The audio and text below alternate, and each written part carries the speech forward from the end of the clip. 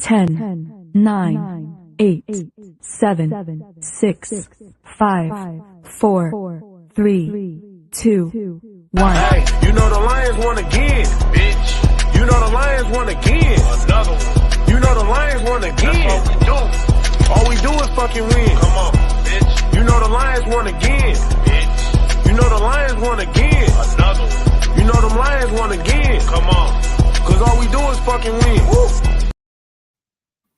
Welcome back. It's been a little bit of a minute since I had my boys on the show. I am your host, Nathan Castro. My co-host, Jeremy. You got Germanique here. I'm back. What's going on? And then we've got the wonderful Eric Remenecki back for another show. This is your third show. So, hey, man, we appreciate you coming on. Really close. Rinta Mackey. Oh, Rinta Mackey. I'm sorry. There you go. Yeah. Yes, sir. Hey, it's Eric, a long one. I want to start off by saying this really quick. Hey, man, I really appreciate you coming on. You know, short notice, everything. I know we had some problems last week, but it's good to have you back on. Man. Yep. Glad you're here. Yeah, the gremlins, they happen. we always love Eric's input. Started to become the biggest super fan out there for Detroit. So yeah, follow his stuff, follow his pages, follow his back. Look at that. Gremlins happen, man. I even bought a gremlin. He's like 7-8 inches tall. I haven't even taken him out of the box yet, but yeah. Eric, you just have everything, man. He's gonna be my little partner here in crime. I figure if I buy a gremlin and I put him on the set here somewhere, then it'll keep the gremlins away. He'll be my anti-gremlin. Hey, there you go. All right, well, we're gonna go ahead and dive in. OTA started for the Lions, guys. Football is coming back. It's already here. We survived the dog days. There'll be a little bit of dog days before training camp, but for the most part, it's going to be full steam ahead for the Lions. Our boys are locked up. We're good. You know, now it's just a matter of staying healthy and getting better. So let's talk about a player. Each one of you give me a player who we need to talk more about in OTAs right now. Go. Eric, I'll let you go first. Let me think. Somebody that we need to talk about more. Yeah. Because there's obviously the obvious ones, but give me one. I'm going to say Paschal. Okay. Why? Why Josh? Because if he doesn't prove it this year, he's done. He's a second round pick. This is what, year three or four? Yeah, this is it. Yeah.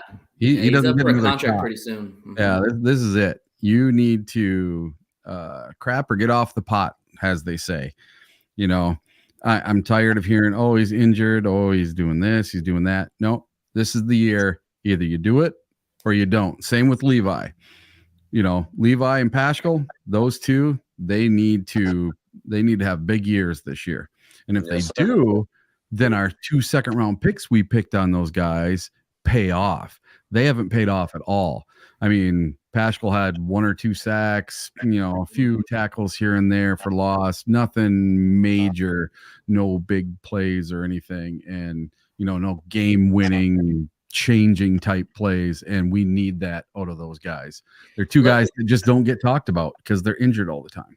Let me say, and I'll get back to you, Jeremy, in a sec. Let me say this about Josh. I think Josh's path has been a lot easier to become good because really everybody's argument is who's going to play opposite of Hutch, you know, and Josh, I think the Kaminsky signing kind of hindered Paschal's progression because they're kind of the same player. Yeah. You know what I'm saying? And the Lions organization really loves John Kaminsky. Like that is one of Dan's dudes.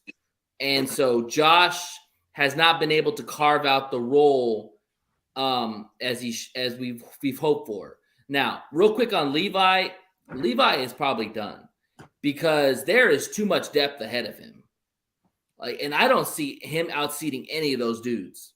Yeah. You know, what do you think, Jeremy, real quick? Well, just on Levi Onwuzurike and Paschal, I do agree that those two need to have a big year and they need to step up and earn their contracts coming.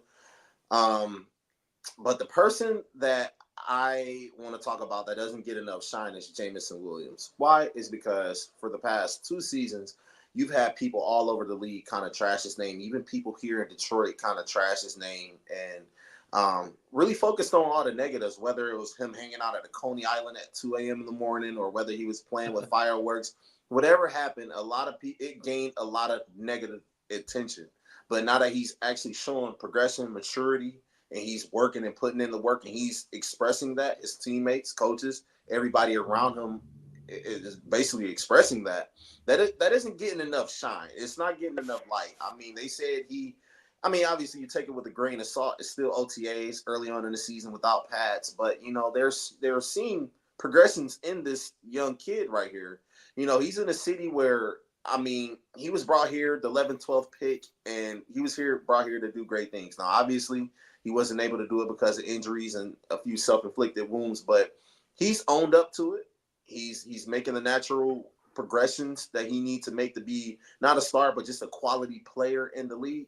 And I think that Jameson Williams need a little bit of attention because as soon as he made kind of a cryptic message on Facebook, a lot of people jumped on that, and it was like almost national media right there, like attention. Well, let me ask you that question real quick because I'm glad you brought that up. You're a professional athlete, okay? Mm-hmm. So you're already under a microscope as is. Jameson Williams' microscope is huge right now. Like everybody wants to know, is this guy going to pan out? Why are you putting out these messages? Because you know that you're going to get negative backlash for it. That's my question. Yeah, I understand that. And I think people got different ways of coping with things. We don't know what he was even saying, like what it was pertaining to. It was just a message. I can't quote what he said exactly right now. I don't have it in front of me, but I agree with that. He is under a spotlight. And, unfortunately, as a person that's a celebrity, you're a professional athlete, a lot of people are going to look at you and say, well, why didn't you talk to some teammates? I know you have some counselors maybe the Lions could provide you, and you can talk to them about They do. They have a psychiatrist on site that they can talk to. Rather than putting cryptic messages on social media. I get that. But, I didn't look too much into it. I mean, you seen him even speak that day of. He was talking about how much, he wants to get better. He wants to put in the work to go out there and be that final piece on that offense that they need. And I just think that he gets a lot of negative attention and not enough positive attention. I agree. Eric, what do you think about that? J-Mo's going to light it up this year. If he doesn't triple or quadruple his production from last year, I will be absolutely amazed. He's bulked up. He is running all the routes in the route tree, not just one. He's not doing just go routes every single time. He started in the playoffs doing comeback routes, something he'd never done in the pros. He did it in,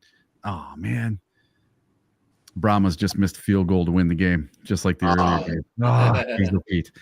All these kickers today missing field goals. Eric with the update. I'm an XFL guy, or XFL, USFL. Hey, football's football, man. I like the spring league, and I like that they're going to be switching to starting earlier in March next year. Nice. I'm really big on them, so I hope this league takes off and does really well. And but anyway, J-Mo, I think J-Mo, he's really matured as a person. You can hear it when he talks to the press now. He says, I've matured. I was very immature before. I thought I could just do things on my own and do what I did at Alabama, and I thought everything would just work out. I was faster than everybody else, so I thought I could do it. Well, he couldn't, and he needed someone to basically sit him down and say, I don't care where we drafted you. You need to start doing what we're telling you to do. Otherwise, you're not going to get the ball. You're not going to get the touchdowns. You're not going to get the playing time. And he didn't. And then once he was punished with that, then he's like, oh, I see. I got to do this. So now he's trying to become the best instead of already thinking he's the best. Yeah. It's the big leagues now. It's not only about your talent, but it's a mentality thing. The Lions have a certain mentality that Dan Campbell and Brad Holmes brought here, along with their coordinators, Ben Johnson and Aaron Glenn, that they want you to mentally be there as well. Your skill can do a lot of talking, but your mentality has to be there as well. You have to be a team player. They don't put one person above the team. It's all about the team. If you can't help, if you can't come together as a cohesive unit, you will not see the field. No block, no rock. He kind of seen that. Yes, Right. exactly. And he does that. He does that well. Like, he does that better than some receivers that were willing to sacrifice. He's not a big guy. Let's be honest. He's not a big dude. He's not And he's small throwing either. And he's throwing his body out there. Well, he bulked up, like you said. But he's throwing his body out there in front of David Montgomery and Gibbs to get him more yardage. That tells me a lot about J-Mo right there. Now, the talent is there. You watch him in just the OTA practices, or what Dan Campbell calls the underwear Olympics, or whatever, pajama parties, or whatever he wants to call it. His speed is what you notice right off the bat. His cuts, his just shifting back and forth, man, that's uncoachable. And that's what the Lions are going to really love about J-Mo this year. Is I think the space is going to be there for him to get people in the phone booth and just tear them apart because of the one-on-one matchups that he's going to get. My thing, if there's any concern with J-Mo for me, is his hands. He's going to drop balls, but my thing is how many balls and what percentage are we looking at out overall his catches? He's had a high drop rate, and that is concerning to me because I don't know what it is about fast receivers, but they just can't catch the damn ball. I mean, J-Mo is not the only one that has bad hands in this division. Christian Watson has butterfingers too. I don't even think it's a matter of him having bad hands. And I'm gonna keep this time. It's a matter of him having bad hands. I think it's just more so of he's so used to being able to just outrun a lot of defensive backs that, when you got somebody glued to your back pocket like Jair Alexander or Patrick Peterson when he was with the Vikings, Jalen Johnson, it's going to be a little bit hard trying to burn them when they can read you like a book. They know what kind of cut you're going to make. They know that speed isn't going to beat them. You have to actually be able to locate the ball. Jared Goff may put the ball in a different position, where he expects him to look over his left shoulder instead of his right shoulder. He has to work on ball location. He has to work on just being able to, run a good route, be able to separate yourself from a defensive back, And one thing I've accepted the fact that he may not live up to the number 12 pick where the Lions picked him at, but he can still be a very great piece for this offense, right? Somebody that can go out there and catch maybe 40 to 50 passes and end up with maybe 600-700 yards and 5 touchdowns. That's just something that would make Jameson Williams look like a superstar compared to how we viewed him last year or even his rookie year. So and I also think J-Mo blows up this season. I'm really and also think I think with J-Mo, and you guys can agree with me or disagree with me on this, he catches the hardest passes, but he drops the easiest ones. Yeah. It's almost all receivers in the NFL. It's perplexing, right? It's like, dude, you want a fly route, you want a go route, and you can't catch the ball, but you want to catch a contested ball on the sideline, like with literally one hand. Like I don't understand. Yeah, I mean he's coming around on his own. Something I say that the San Francisco 49ers game was his coming out party. I mean he had 2 touchdowns, 1 rushing, one catching touchdown. I mean, he was really one of the biggest. That's against a good defense too in the game. Yeah, it's a good defense. I think that if we as fans kind of cheer him on a little bit and show we're here instead of the negative media putting a lot of spotlight on him, I think that it also help him out with maturity as well. Because I mean, think about it. No matter if they say they don't pay attention to what fans say or not, I mean, they do. You hear it. You hear it all over the radio. People comment on your social media. You may have somebody approach you in the store and say, do better. If people just have more of a positive outlook on him instead of every time he gets the ball holding your breath, cheer the man. Cheer the man. Agree. And some players take longer than others, and that's okay. This Lions team is built already, and they can let some of the younger guys come around when they're ready. Real quick, shout out to Greg Rice. Always loves listening to our podcast. Thank you, Greg. Oh, Greg. Gave you some dap, Jeremy. He said, thank you, Jeremy. I expect J-Mo to have a big time year. That being said, he ain't on track by a trade deadline for like 750 yards and 6 TDs. I'm willing to trade away draft capital for someone who is granted we are in a serious title push. Okay. Well, I'll tell you guys this. That's a tough one. I'll tell you this. This is a little something about JMO. So I play fantasy football. I've been doing it for 10, 15 years now. I'm in one of them that's a dynasty league. So you get to keep 3 players every year, no matter who they are. You can carry them over to the next year. For the last 2 seasons, I've had JMO stashed on my bench, waiting, and I'm going to use him this year. This year, I'm going to keep him as one of my keepers to keep him for fantasy football this year. That's how big of a breakout year I think he's going to have. And I have Gibbs and Laporta too. And you're good. 2 years in a row, back to back. So I want to make it. You know, 2 of those 3 are going to pop, or already have popped. So you're good there. Let's go back to Greg's question. I want to talk about this. He says if JMO's not on pace for like 700 yards and 6 TDs, do you trade draft capital to get him off your books? No, because at the end of the year, is it this year or is it maybe next year? He probably won't even get offered a contract. It's not costing the Lions much of anything right now, you know. Yeah. And if you do that, it kind of shows that your offense is lacking some. I mean, even without JMO for the first few games last season, we still were a dynamic offense, right? You still think about it. You still got Green, who's expected to be something this year. Ben Johnson really had high praises for him. So did Dan Campbell. Donovan Peoples-Jones. It's the reason why they brought him back on a 1-year deal. You know, right. It's almost like they expect him to come in and be that Josh Reynolds, right? Like somebody that isn't going to get 15 targets per game, but come through in the clutch when you need a third and like a 6 and Amon-Ra's double team. You can just gun it over to Donovan Peoples-Jones really quick. I wouldn't give up any capital. Here's my thought, and thank you, Greg, for the question, because I think it does bring up an interesting debate. The Lions already have questions about their receivers. So if you trade JMO, who else do you trust? We barely trust JMO.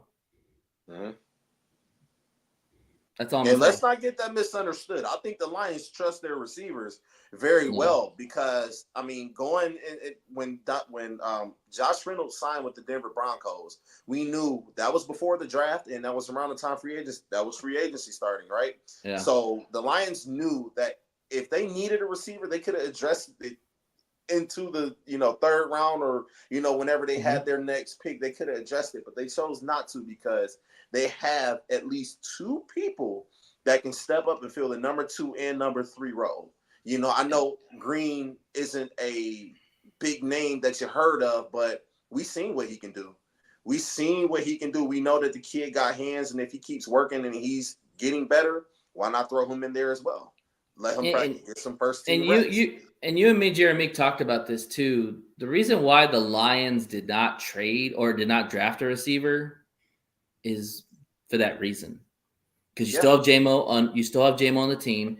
You got DPJ, which you're hoping is going to take a big step forward this year with Josh Reynolds being out. You've got Antoine Green, and then you've got some other guys that you just got to see what happens. I mean, Khalif Raymond. I mean, Khalif. You got Khalif. Don't forget about Khalif. If there's one thing I can say about receivers is that you can find good receivers later on in the rounds, later on undrafted free agents. It's very possible because if they catch the ball and they can get away from the defense, they're probably going to make a roster, right? Of course. Yeah. So on that note, real quick, before we wrap this little segment up on this part, give me a prediction of what JMO's numbers are going to look like for 2024. Jeremy will go first. All right, so I'm going to be a little bit optimistic here because I want him to pop. I want him to blow. I got confidence in the kid, so I'm going to say that he'd end the season with maybe 45 catches, maybe 600 yards, 4 touchdowns. So he basically doubles what he had before. Yeah, basically. Okay. Eric, what you got? I'm going to say the floor is triple what he's done before. That's the floor. The ceiling is being a Pro Bowler. Ooh, I like that. Nice. If he becomes a Pro Bowler this year, man, this offense is going to really go fun. Have some fun. See him being a dominant number 2. I really, really do. I think that St. Brown is rubbing off on him, and watch out. Here he comes. Yeah. It's JMO year this year. I'm gonna say 50 catches because I like even numbers. 50 catches, 700 yards, and get ready, 8 touchdowns. Nice. That'd be nice. Let's go. That'd be nice. All right. So I appreciate y'all's input on the players. We talked about OTAs. Now we're gonna talk about the coaches. Okay, because I always like to listen to what the coaches have to say. Because every year it's different. New things. Phipps having to deal with the new kickoff rules. AG's got a lot of new toys to play with. Ben Johnson is pretty much steady Eddie right now. He's got all his boys back. Maybe one little hiccup there at the line, but other than that, he's got his whole offense back. So y'all listen to the pressers. Tell me what you took away from whoever got you excited or made you scratch your head or whatever. Give me some. All right, give me some input. let me go right here Jeremy. quick. Dan Campbell. Everything starts from the top on bottom. Dan Campbell is the leader, Yes, and sir. everything starts to trickle down. So Dan Campbell put out there. He had a press conference where he was talking about Super Bowl bust. He said, "I don't see bust. I only see Super Bowl." That's the mentality that they Love it. I love it, man. I was ready to run through a wall when I heard that. Let's go. No matter what adversity they face, they will not give up. That it's going to be hard. Obviously, we know that it's going to be hard. Every team has gotten better this season. You aren't the only team that got better. But they know the ultimate goal is to win the Super Bowl, right? They don't want to look at any negative talks on the outside, any negative whispers. They only want to see the success. They only want to see the Super Bowl, right? It's going to be a long season, 17 games. Dan Campbell knows how to use his words. He knows how to motivate a whole city, not just the team, but he knows how to bring this whole city together and all Lions fans. And when he says Super Bowl or it's Super Bowl, I don't see bust, that had me wanting to run through a wall. He give the highest praises to all his coaches, all his players, Brad Holmes. This is a formula to win a Super Bowl. Dan Campbell has impressed me more than any other coach in the league right now. I'm not just saying that to be a homer, but when he talks, he backs everything up. When he say he's going to do something, he's going to do it, and he's going to have a whole army behind him. Dan Campbell impressed the hell out of me this offseason. He's that combination of a great leader, a great motivator, but also too, he's been in the trenches. Yes. He knows what these players are going through. He knows that they don't want to be out there for 2 days. They don't want to be out there in those OTAs, but he knows that it has to be done because this is where it starts and this is where the process goes to get into the Super Bowl. Yes. Agreed. 100%. Agreed. 100%. Eric, what do you think? Yeah. My biggest takeaway from all this OTA stuff, I think these rookies are going to be awesome. These 2 starting cornerbacks. Rakestraw we haven't got to see yet because he just signed yesterday and he had some medical issues, so he couldn't practice. But hearing about Terrion Arnold picking off some passes and stuff, Yeah, I really dig it. I think very promising. Very promising. I think we're gonna have our best secondary that we've probably ever seen, if not this year, by next year. I sure hope so, man. I'm gonna say Ben Johnson for me because nobody had heard from Ben Johnson since he turned down the Commander's job. So he knew a lot of questions were going to come his way about what happened, why, blah, blah, whatever, and that. And Ben Johnson, what he said, 2 things he said. He said, "Sir, first off, I want to be in the sun more." Because he talked about the dark days of being in the Arctic when Dan Campbell, Jeremy right there, Dan Campbell laid out the land and said, "You know what? We're going to be in the dark days first before we get to the sun." And Ben said, "I want to stay in the sun," because the reality is, and this is another thing too, he said, okay, there's probably about 8 positions of coaching that are going to be new coaches. What percentage do you think are going to make it? And he said about 3. So that was very shocking for him to say that because he basically just told you, yeah, I'm going to wait for the right opportunity and I'm okay with Detroit. Like the sun's shining here. We got the great offense. The defense is coming along. Dan Campbell is the man. Why am I going to go to the Commanders where we don't know what's going on there with ownership, with player personnel, all that stuff. Hell, they don't even know what their image is, the logo, whatever it is. Like, he's got it here in Detroit. And I took that away. And also, too, I took the way the fact is that he's not going anywhere, y'all. Unless there's a lucrative job that comes available. Not and yet. But he highlighted it in the press conference. He said, I look at ownership. I look at player personnel. I look at all those aspects. But he's wanting a job that's he's not gonna fail at. Does that make sense? Oh, of course. He wants a pretty much a made opportunity. You got the quarterback, you've got good player personnel, you've got a strong ownership. If that's the case and a team comes available, then he will go. But if that's not available, if it's some crap ass team that has no quarterback, has no foundation, no culture, he's going to stay in Detroit, y'all. That's all I'm going to say about that. Yeah. You know, to touch on that really quick, I mean, that's what the NFL is about. Being a coordinator, you eventually want to work your way up to being a head coach. Sure. You're good. People are going to try to poach you early on. I mean, it happens, right? Like, you look at McDaniels from Miami. He was there in New England for a few years and really did really well. Miami scooped him right on up. You know what happens. I think that in order for Ben Johnson to leave, like he said, I think he's telling you exactly what he wants. It's no hidden messages. He wants everything to be, you know, from the top on down, from ownership to personnel, everything. He wants it to be the right way. He don't just want to have money. He could have gotten any amount of money he wanted from the Washington Commanders, but he didn't. He wanted to stay somewhere where he knew he was going to win. He wants to win. Exactly. He wants to win. That's it. He wants to win. Put his skills on showcase even more. I don't think Washington was a good job for him, right? Like, you look at the Panthers, who would want to go there when they just fired like 3 head coaches in the past few years? Who wants to go there? You know, it has to be the right place. And a lot of times these coaches go to these teams, stay there for a year or two, do bad, and then they're just booted out of the door until they get that right person in there. Ben Johnson wants the right job to where he can go in and do exactly what Dan Campbell did here in Detroit. Bring his own staff in, bring his own quarterback in, and go from there.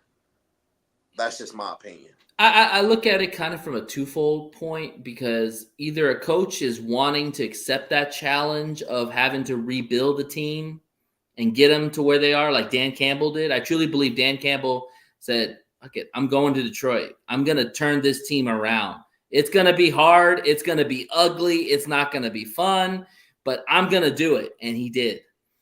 Ben Johnson is more of a smart guy to me in the sense that he's like, I'm not leaving unless the grass is greener on the other side. Exactly. You know, and let's be honest, y'all. A lot of these teams, the grass ain't greener.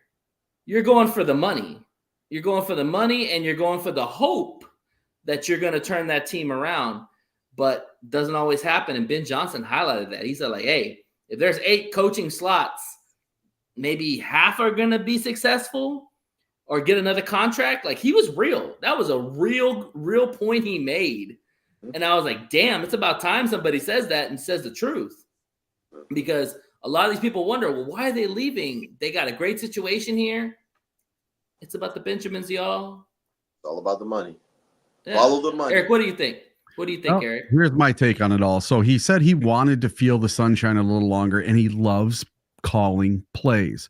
Yes. And what he means by that, Forgot about that. You're right. You're absolutely he right. really, really enjoys being a play caller, because he didn't start calling plays until like week 12 or 13 of the first season, and he was just helping call plays. He wasn't the play caller. Dan Campbell, don't get it wrong. He was the passing game coordinator, right? I think is what he was. First year, Dan Campbell was the coordinator. So last year was his first official real year being the offensive coordinator.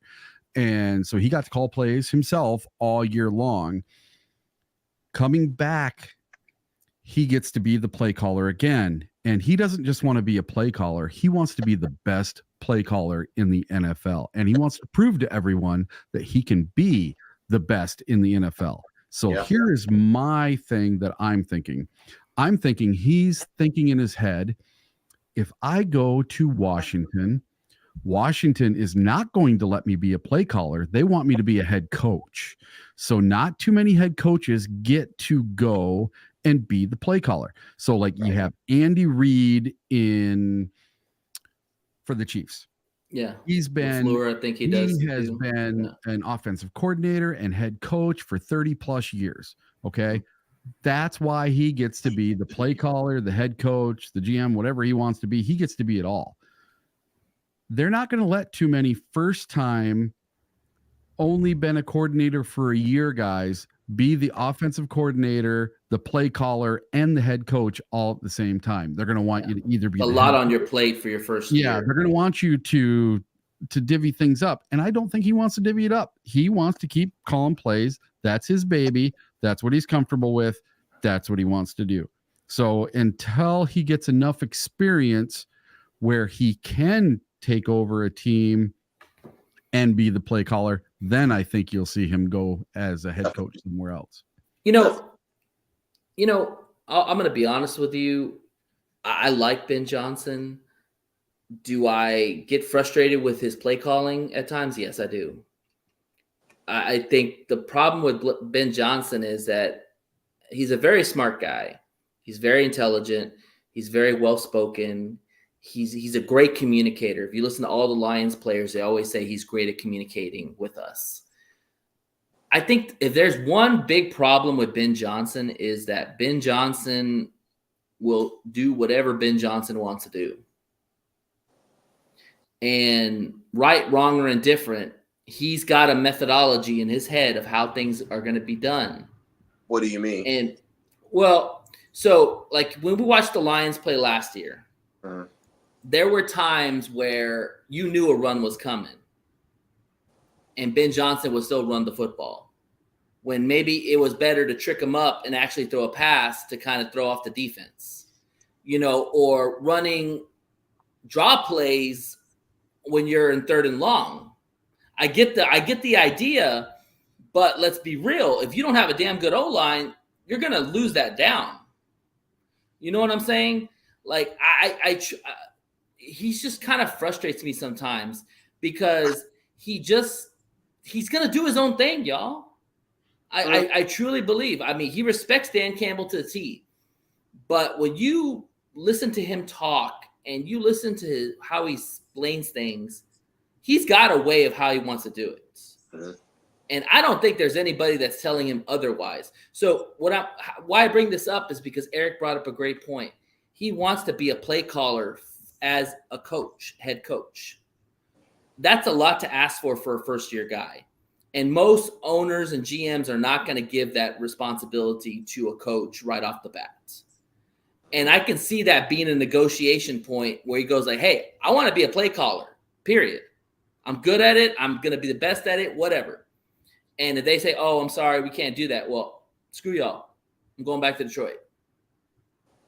You follow what I'm saying? I do. Like he's got a very strong personality that he's gonna get his way, and if it's not advantageous for him, he's gonna stay with what he's doing, and that's what he's doing. Have you ever seen? Have you ever seen the movie Moneyball? Yes, I love that movie. So if you haven't watched it in a while, go back and watch it again. I just rewatched it. And I think I'm actually going to do some research for a podcast all about this. So I equate Dan Campbell and Ben Johnson to the two main characters from Moneyball, the GM and his helper. They did things so different and they did it their own way. They stopped doing it the archaic way that every other team was doing it. They did it their way, and not just because that's the way you're supposed to do it. They did it because of analytics. And I think that has a lot of reason why the Lions go for it so much on 4th down. Yes. And I think they're playing Moneyball. And it's the same thing with Brad Holmes. He is taking draft picks that no one sees. It's all over left field because he's doing it a more analytical way. He's not doing it in the traditional, this is the need. The Lions have a gaping hole on the left side of their line, so they should take a left tackle this year. and they end up taking a linebacker instead. You know, so you never know what they're going to take. You never know. It keeps everybody else on their toes. And I really think that this cast of characters, Brad Holmes, Dan Campbell, and Ben Johnson, are revolutionizing the way coaching and GM duties are done in the NFL. I can agree with that for sure. Absolutely. What do you think, Jeremy? Yeah, you know, kind of touching on what you were saying earlier. Yeah, Ben Johnson wants to be a play caller, something like Kyle Shanahan is with the 49ers as well, right? You know, but ultimately we know Dan Campbell okays whatever play that Ben Johnson is calling and, you know, sends it out on the field, get it to the whole offense. But, you know, a lot of times I feel like Ben Johnson is just doing his magic. Now, he may call obvious run plays, but that's what you do. It's all a part of the analytics. Like Eric just said, it's all a part of the analytics. You got two really good running backs with a great offensive line. So you try to maximize however many yards you can get whenever you can get it. Like against the first game against the Chicago Bears, they were running a lot of run plays and a lot of draw counter plays with David Montgomery when it was under 2 minutes left, because they know that as long as they can keep chipping away and getting the first downs, you know, pick up 4 yards here, then another 6 yards, it's going to eventually pay dividends to where people are going to start coming to the line of scrimmage and you're going to have a receiver running wide open or a tight end, Sam Laporta. You know, and I think that Ben Johnson recognizes that as well. Like, as long as people fear your running game, and even on a third down, on the 3rd and 7, that you can run the ball, you know, that's going to open up the passing game a lot more, because you don't know if it's going to David Montgomery or Jahmyr Gibbs. You don't know if they're going to run a jet sweep with Jameson Williams. Excuse me. You know, like, so I think Ben Johnson did a really good job this year with play calling. And even when it was like, it should have been different, you know, he really flexed his muscles and he got a lot of people to fear that offense. So I cut him a little slack. You know, I mean, there were some games where you got to admit they were a little questionable on what he was trying to do. Like the Baltimore game, he's not perfect. Of course, you know, it took him completely out of the game early, and I get it. You get down by 21 points or whatever, everything goes out the door. Forget running the ball. You're going to have to throw the ball to get back in the game. Of course, you know. The thing with Ben Johnson, I'll give him his flowers here. Is he's really good about putting players in good positions. And he's really good about locating the mismatches on the defense of where he can exploit that player. You know, that player can exploit that defense. So he's really good student of the game. You know, I think with him, I just think as this would be year 3 of his play calling, right? Year 3, 2 or 3? I'll say 2.5. 2.5. Okay, 2.5. So this is year 2.5 of his play calling. This team, we expect to be in the Super Bowl. And the one thing that I will not put up with is being lethargic in the third quarter. That shit has got to change. Can we all agree on that? I agree 100%. Yes. You cannot come out in the second half and play like ass. You just can't. You can't wait till the fourth quarter to wake up and play. I agree. Like the Lions would blow out so many teams if they could get their stuff together in the third quarter. And they asked him that question in the press conference, and his answer, I wasn't very happy with his answer because he didn't look like it was a big issue. But y'all, that was one of the big reasons why we lost in the championship game, because we came out flat in the third quarter again. So if he can change that, I'll give him all his flowers. But that is huge. Yeah. You cannot come out flat in the third quarter with all this talent. You just cannot, period. 100%. 100%. I think that they were one of the least scoring teams in the third quarter this year. So I agree with you on that. But, I keep going back to that NFC Championship game against the 49ers. It was a lot of things. The reason why that it was, but that was the narrative all season that we had a problem with. The third quarter. Third quarter comes. We don't play like we play like shit, and then the fourth quarter comes, and okay, we're back being the Lions again. Like, how frustrating was that? Yeah, I wanted to blow out teams. I wanted to put my foot on their throat and very frustrating. Be done, the man. Lions played the New Orleans Saints, and I mean, they were just tipping the Saints.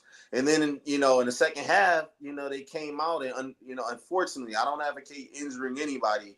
Derek Carr had gotten injured, and, the Lions kind of, broomed themselves, to get past the goal line. But, yeah, I do think that adjustments do need to happen. I think that Jahmyr Gibbs is going to be a big factor in that. I think that now that you got the development of Jameson Williams and another weapon in Donovan Peoples-Jones, I think this was before the addition of Donovan Peoples-Jones, and with Green getting shot, I think that a lot of things are going to change with that offense and how they play in the second half. I think it was more so them probably being a little bit too conservative. You can't be too conservative when you are up and you got a hungry team. Now that you got a target on your back, everybody know who you are now. You want to be able to level it out. You want to be able to keep your foot on the gas pedal and, just make necessary adjustments. I think the Lions struggled with that this year, is making necessary adjustments, So, I mean, we'll see. We're going to see. But I do agree with you that you can't come out in the second half and be flat. You cannot. Let's flip the coin for a sec here. We talked about Ben Johnson. Let's talk about AG. Okay. AG, we can all agree that AG does not have the talent that Ben Johnson has on offense. Is that correct? Incorrect. I'll disagree. Whoa. Okay. Let me rephrase my question. Before this year, we can agree that AG did not have the draft capital that they invested in the offense that they did on the defense. I'm still going to disagree. And reason being, hear me out, okay? So when we're talking about the talent capital, however you're putting it, I will look at our front defensive line. You had Aiden Hutchinson, Elaine McNeil. You had Onwuzurike. You have James Houston, who we all expected to do something this season. You also had Jack Campbell, Alex Anzalone, and Barnes, right? Now, think about it. We had C.J. Gardner-Johnson, Emmanuel Mosley. You had Cam Sutton. Those three players were new additions to our team last year. Now, C.J. Gardner-Johnson went down. Emmanuel Mosley got hurt a few games into the season when, we faced the Carolina Panthers. So it was like we had it, but it wasn't for too long, right? If that makes sense to you, if that makes sense to anybody. It does. But the first 2 years, I would argue that we did not invest a lot on the defense. Oh, first 2 years. Okay. If we're including the 21-22 season, then I'm highlighting more of the first 2 years because, of course, in 2023, yes, we started waking up and adding stuff to the defense. And then, of course, this year. Yeah. But the first 2 years, we did not put a lot of draft capital into that defense. And that's why AG was kind of handcuffed with what he could do on the defense. 100%, yeah. 100%. Never had the cornerbacks that he wanted. No. Never had – well, he had two of the three linebackers that he wanted. I can say that's a fair statement, yeah. What are your thoughts, Eric? Yeah, so like you guys were talking about the offense coming out after halftime being slumpy in the third quarter. I think that is more a product of our defense looking like absolute dog crap in the third quarter than it is our offense. When the offense only gets one chance in the third quarter and the whole rest of the quarter is because they're running it down our throat and we can't stop them when it's a 3-yard out pass on third down or fourth down and they just keep chugging and getting down the field. Our defense just, oh my God. I think there were some games, Eric, where the defense came out in the third quarter and played well. The Chicago game, I'll give you a perfect example. Minus the Aiden Hutchinson jumping off sides, that defense was playing lights out in the third quarter. At the home game? Offense that could the one in Chicago. One in Chicago? Yeah, our offense could do. I thought we just played flat in Chicago. I mean, yeah, but what I'm saying is like they came out and they played well, but our offense couldn't move the ball. Yeah, they kept punting it left and right. But I do agree with you. I do think the defense was a big issue last year. But what I'm saying is that because the lack of talent, like look at what we've added in the last 2 years. Okay, we talked about the first 2 years. Okay, let's talk about the last 2 years. You added DJ Reader, 2 cornerbacks, Rakestraw, Arnold. You added Brian Branch. You've added Kirby Joseph. You've added help me out here. Barnes. Jack not Campbell. Barnes. Yeah, Barnes. Well, Barnes was the 2001, but you've had Jack Campbell. You re-signed Anzalone. Like, you've made efforts, Davenport. You made efforts on defense to get better. So let me ask you this question because we're running out of time. We got 5 minutes at least until we wrap up. What are your expectations of this defense for this year? Yes, to be a top 15 defense overall. I agree with you. I want to go a little if we're not top 15, I am very, very disappointed. And I want to see the secondary, not just the defense. I want to see the secondary in the top half of the league also, not just great against the run, number 1 against the run, and number 30 against the pass. Yeah, we need to be in the middle of the pack for pass defense. I agree with you on that. With our total defense, top 10-ish. Okay. I was going to say, I'm going to go out and say I want them to be in the top 10 of defense. And reason being is because when you look at the rushing defense, our rushing defense was really good last year. I mean, they were in the top 5 for rushing defense last year. What really killed us was the secondary injuries, right? With the addition of Reader, somebody who can plug up some holes, and it's a great run stopper. Lane McNeil, Aiden Hutchinson, Davenport. Houston is coming back. You added Carlton Davis, Amik Robertson, Arnold, and Rakestraw. Brian Branch is going to come back healthy. Yeah. He's going to come back and be good. Kirby Joseph, who I hear good things about in OTAs. Like they say, if he is looking good as well. I want them to go out there and be like a bat out of hell. I want to see them hitting at the line of scrimmage. I want to see them getting a lot of pass deflections. I want to see interceptions. That's what I want to see, because that has been the thorn in the Lions' side since Campbell has gotten here. Is our secondary has just been horrible. Yeah. So I want them to be in the top 10. I want them to be physical. I want them to play nasty. I want to see them go out there and have a team like Chicago scared to pass it on you. Have Green Bay scared to pass it on you, because for some odd reason, I don't want to make this Green Bay Chicago radio, but they always talk about, Romeo Doubs caught this pass, or DJ Moore caught this pass. And it's like, I want to shut all of those haters up. I want to let them know that Carlton Davis, Arnold, Rakestraw, Meek Robertson, they're not going to let you just pass on them. They're going to be physical, they're going to be nasty, and they're going to be in your face. So I expect this defense to be in the top 10. I'm glad you said that, because I think we could all agree that our cornerbacks are doing some talking. Okay. Rakestraw, Arnold, Carlton Davis, they're talking. They're chirping. Can they back it up? Mm-hmm. That's my question. Because everybody looks good when you talk to them, but can we see it on the field? Now, the only one I've seen so far that it gives me good hopes is Arnold. When you're making picks and OTAs, that's a good sign, because that means that you're aware, you're reading, you're paying attention, you're learning the game. It's only going to get better once you start getting against more competition. Yeah. Are we talking about the defense as a whole, or are you talking about just the rookies? I was just talking about the cornerbacks, because they do a lot of talking. Can they back it up? That's my question. Yeah. They're all young. They're all cocky. Can they back it up? I'll give you something really quick here. Carlton Davis, I hear a lot of good things coming from him at OTAs as well. I mean, when he first came through those doors in Allen Park, he said he wanted to be elite shutdown corner. He was here to shut, That's what I'm saying. You got to back that stuff up. You got to back that stuff up. I read a lot of articles talking about that. He's actually the leader that they needed on defense. He has been consistent. Him and Amon-Ra has been battling back and forth, iron sharpening iron. Mm-hmm. I think that they are going to be able to back it up. And now that you got somebody as vocal as Carlton Davis, Arnold, I think that's going to be that fuel that defense need to go out there and be even nastier. So I do think our secondary has gotten a lot better. Kirby Joseph is another person that, is good. He can back up his talk. You've seen what he can do. Obviously, he had a can little pick bit the of a ball off. down Yeah, year, for sure. Yeah. but we know what his abilities are. I mean, do we have to go back and look at the Packers game? Do we have to go back and look at the Minnesota Vikings game? You know, we know that the talent is there.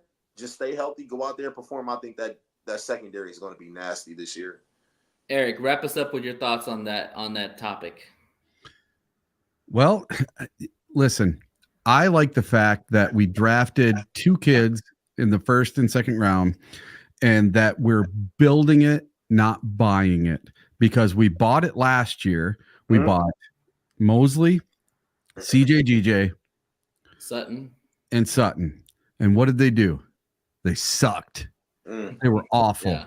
They all got hurt. 2 or 3 got hurt, and the other one kind of got hurt and beat up his girlfriend and ran from the law. And even before that, he was getting toasted all the time. Yeah, you know, and it's kind of a blessing that we got rid of the guy, because now we have the ability. We're building it. We had to get a couple rentals with Amik Robinson and Carlton Davis. They're rentals. Okay. Neither one is signed to a long-term contract. And then you have these 2 rookies that are coming in. So imagine if both of them on average could be what Darius Slay was while he was here in Detroit. So you have 2. If one could just be Darius Slay, I would be so happy. But not to have one of them, have 2 of them.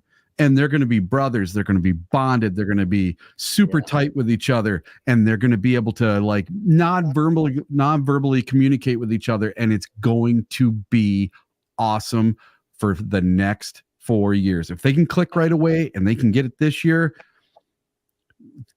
by the second or third game and just be playing at a SmackDown Pro Bowl level. Oh my God. Could you imagine? Oh God. I think every Lions fan can say right now, if we have a second Super Bowl, if we can get them if we pick where we left off last season, and our defense could be better and our rookie cornerbacks hit the ground running, I wouldn't expect nothing less than a Super Bowl, because that was our biggest flaw last year. If this secondary is as good as advertised, this defense is top 10. 100%. Hands down. Because that has been our biggest Achilles heel for God knows how long, how many years. We cannot stop the pass, you know, and our passing game, look at it this way, y'all. Our passing game was so bad that Brad Holmes like, screw it, man. I'm throwing 2 cornerbacks in the first 2 rounds. Seriously, that's how bad the secondary was. That's the future right there, yeah.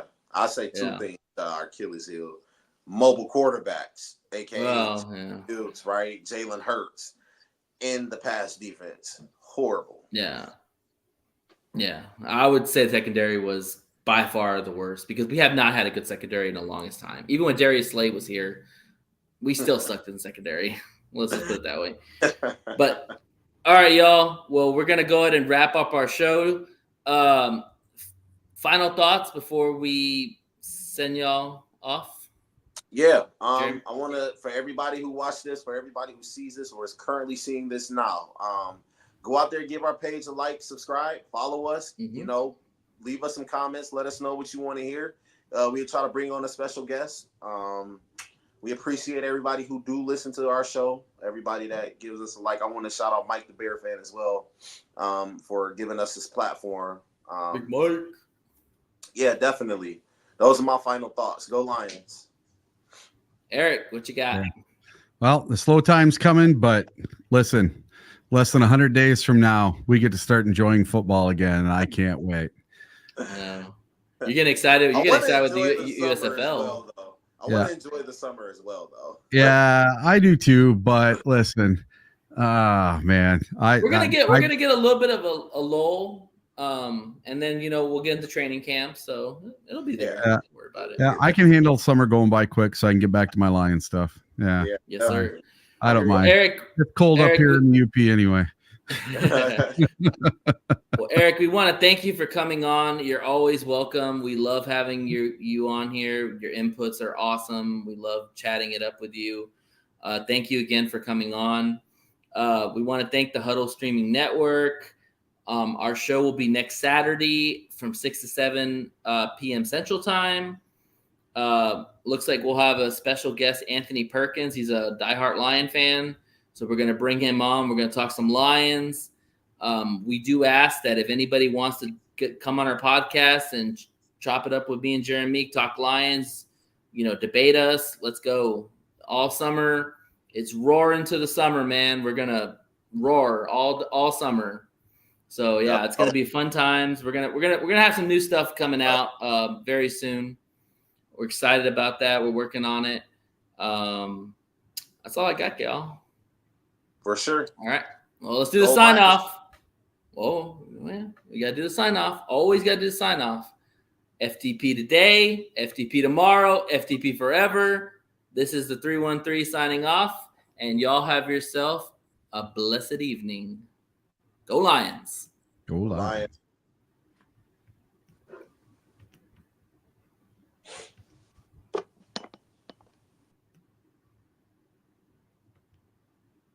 This is a Huddle Sports Network broadcast. You can find us on Roku TV, Amazon Fire TV, Facebook, and of course YouTube. Get all your NFL news here first.